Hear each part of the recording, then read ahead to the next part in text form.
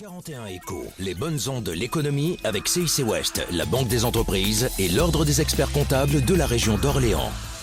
Un magazine présenté par Pascal Gaultier. Bonsoir Pascal. Bonsoir Céline, bonsoir à tous. Bienvenue dans 41 Éco, les bonnes ondes de l'économie, avec un coup de projecteur ce soir sur une start-up baptisée FOF, Friends of Future. Et nous accueillons deux porteurs de projet, Julien David qui est dirigeant de cette start-up et James Lacotte qui est manager. Bonjour messieurs. Bonsoir. Bonsoir, bienvenue parmi nous. Alors vous êtes en phase de lancement de cette entreprise à travers une campagne de financement participatif. Alors vous êtes tous les deux là ce soir, mais vous êtes 5 oui, derrière ce projet. On est 5 sur ce projet, notamment basé un petit peu dans toute la France. Il y en a donc 2 à Nîmes, qui sont le designer et celui qui s'occupe de la création de la vidéo, qui s'appelle William, et un qui est aussi à Limoges et qui est Jason et qui s'occupe de l'administration réseau. Vous vous êtes rencontrés comment, en fait, tous les 5 ? Via des amis communs. Jason est un vieux copain de lycée et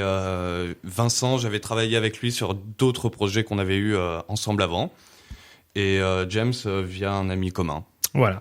Alors, quel est le concept de Friends of Future, donc amis du futur ? C'est ça. En gros, le concept, c'est simple, c'est qu'on développe, on a développé d'ailleurs, tout ça c'est créé, une application Android et iOS et Windows Phone et un site qui permettrait en fait aux gens de créer et de redonner le terme de la sociabilité aux gens pour pouvoir justement, par rapport à ça, se créer un nouveau cercle social. Donc, c'est basé sur l'événementiel privé et public. Le but et le principe, c'est simple, c'est que vu qu'on est amené souvent à déménager, car l'emploi est pas forcément fixe, on se retrouve donc dans une ville où on ne connaît pas forcément de monde, voire même pratiquement personne. Donc c'est assez dur d'essayer de se créer des amis en sortant aujourd'hui 2016, bientôt 2017, si on n'a pas forcément la tchatch et tout ça. Donc notre but, c'est de créer un système qui permettrait de le faire gratuitement sous la création d'un événement qui est basé sur les propres passion de cette personne-là et qui invite ou non ces personnes à participer à cet événement-là. Donc James Lacotte, vous partez pas forcément d'un besoin économique, mais d'un besoin social, relationnel. Tout à fait ça. Tout à fait. À vrai dire, c'est vrai que là, à l'heure d'aujourd'hui, les gens ont du mal à ne serait-ce que se parler dans la rue, ne serait-ce qu'à s'adresser un bonjour ou même un regard. Et du coup, c'est vrai qu'avec ce site-là, on va vraiment pousser les gens à se rencontrer dans la vraie vie, en fait. Contrairement à d'autres réseaux sociaux tels que Facebook ou Twitter, là, il n'y aura vraiment pas de virtuel, ce sera vraiment purement du réel.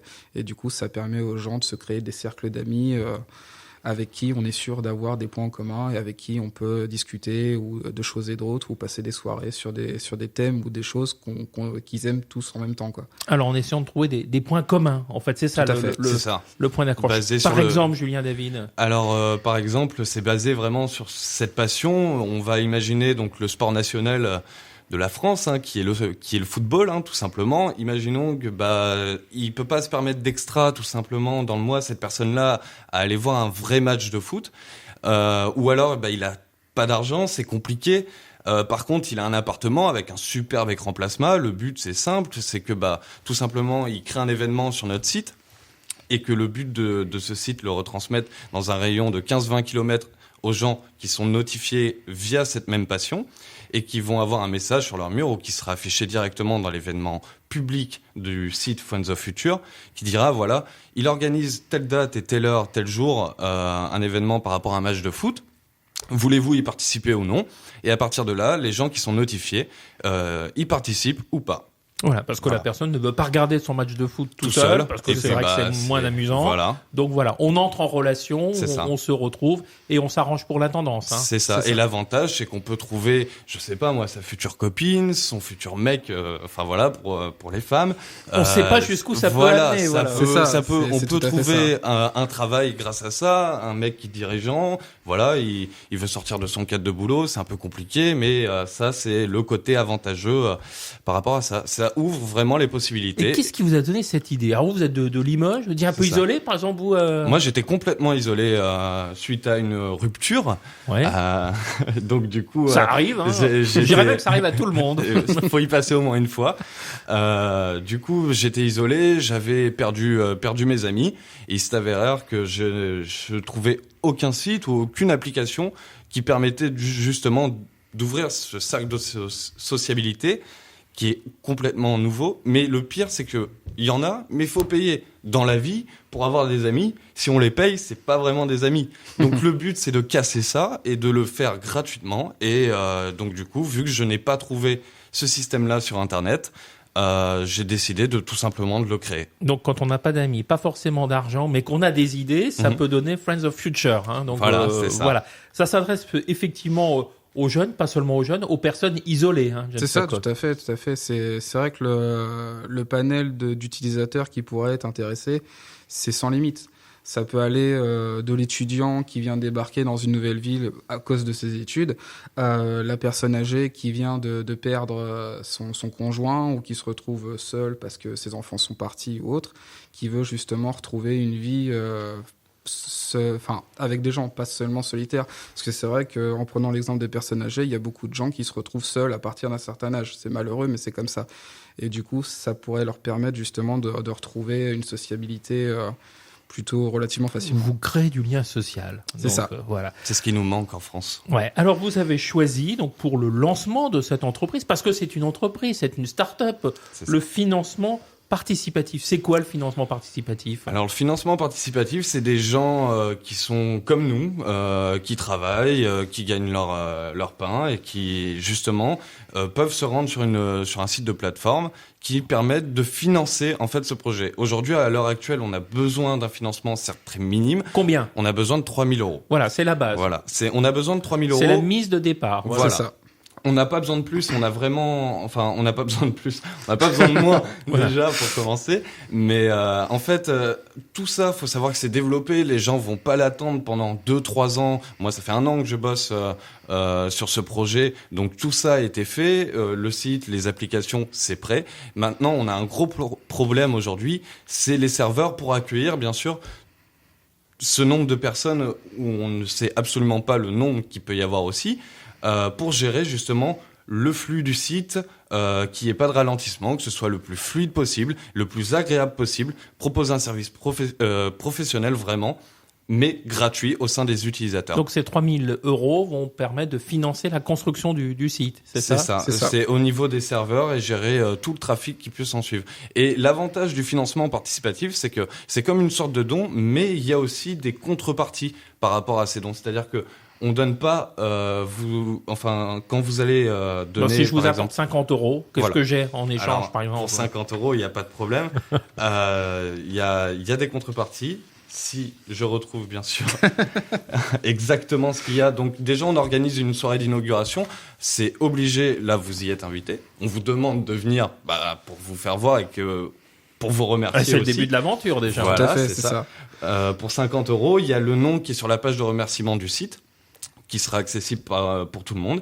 Un abonnement sur notre site à vie, mais ça on y reviendra plus tard parce que l'abonnement c'est particulier ça, et en soi le site sera entièrement gratuit d'utilisation et 100%. Donc du coup voilà, c'est juste à part, on y reviendra peut-être tout à l'heure. Et une invitation à la soirée d'inauguration et en plus 3 consos offertes. Voilà, à cette soirée d'inauguration. Donc Et on peut boire chez Friends of Future. Et une carte de membre aussi, Et une carte de membre. démontrant que vous avez, que vous faites partie des membres VIP du site. La convivialité est une valeur. Tout à fait. Voilà. Et alors, il y a comme ça des prestations, Oui. des récompenses, des dons pour si on donne 100 €, 150, Voilà, oui. 200, Alors, etc. quoi. Pour 100 par exemple. C'est l'esprit un petit peu de ce financement collaboratif. C'est Tout à ça, fait. c'est que les gens qui nous aident, nous, on les aide à notre façon grâce à leur financement, et c'est vraiment de particulier à particulier. C'est mon père a investi, par exemple, sur ce crowdfunding, sur ce financement participatif. Donc du coup, c'est vraiment tout le monde peut le faire. Et en fait, par exemple, pour 100 €, en plus de tout ce que j'ai dit précédemment, on a un t-shirt qui est floqué. Aux images de Friends of Future et dédicacé par toute l'équipe à la soirée d'inauguration. Alors, on comprend bien le principe. Vous n'êtes pas une association philanthropique. Vous avez le statut de société. Hein. Vous créez une ESF. Alors, Comment allez-vous c'est ça. vivre de cette activité? Parce que on est un peu dans l'univers de la gratuité. C'est ça. C'est ça. Donc en fait, en termes de rentabilité, pour l'instant, Enfin, là, vu qu'on est au tout début, on sait pas tellement où ça va nous mener. Si ça se trouve, ça fonctionnera pas. Si ça se trouve, on va être propulsé, ça peut partir de rien. Hein, mais si ça se trouve, ça va super bien marcher. C'est ça, tout à fait. Donc là, à l'heure actuelle, c'est pareil. À savoir que, je vais prendre l'exemple de Facebook. Facebook, le créateur a gagné sa vie parce qu'il utilise les données utilisateurs pour les revendre à des annonceurs. Ouais, mais Mark Zuckerberg savait pas que ça marcherait aussi bien. C'est ça. Mais nous, en fait, justement, on va pas faire ça. Les données utilisateurs seront conservées, ne seront pas vendues.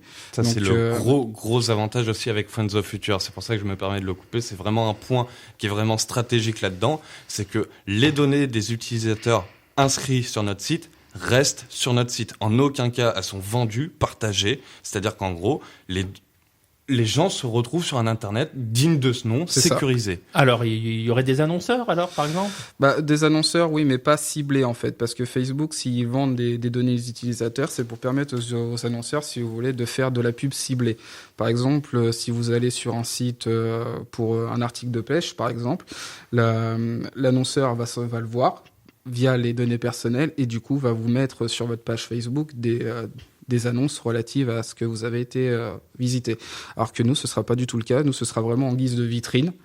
Comme on peut voir un spot publicitaire, ce ne sera pas spécialement ciblé, ce sera vraiment généralisé. Et du coup, les annonceurs se limiteraient exclusivement à faire de la vitrine sur notre site, pas plus.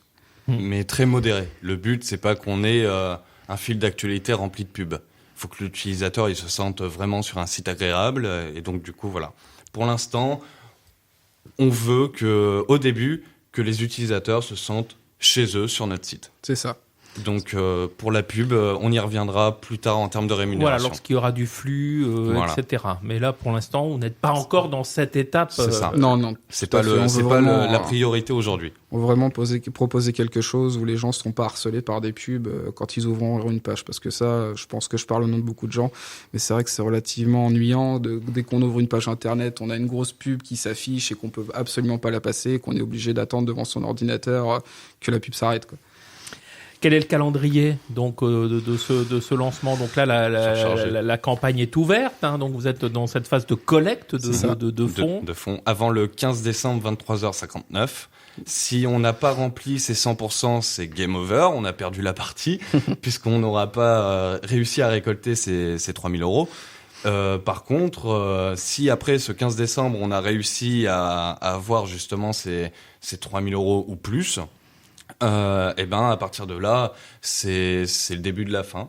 Donc du coup, on peut commencer réellement à proposer vraiment notre projet à des gens et ils peuvent le tester. Parce que le problème, c'est qu'aujourd'hui, malheureusement, on peut pas le tester parce que tout simplement, il nous manque ces 3 000 euros pour le mettre en ligne. C'est malheureux, mais alors, c'est comme ça. Alors, cette bonne idée, qui est aussi une bonne intuition de votre part, vous la testez en ce moment et vous communiquez. Oui. En fin de compte, vous vous tournez vers les médias. C'est la démarche que vous avez accomplie pour dire voilà notre idée, voilà notre projet. C'est ça. On essaye de démarcher un maximum de médias, que ce soit les journaux, la radio, la télé, que ce soit local ou autre. On essaye de toucher un maximum de personnes pour intéresser les gens et puis communiquer un maximum sur cette campagne participative.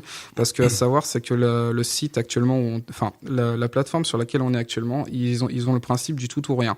Donc en fait, c'est soit on atteint les 100%, soit c'est rien du tout. Donc si on est à 99% à la fin de la campagne, on n'aura absolument aucun revenu de cette campagne.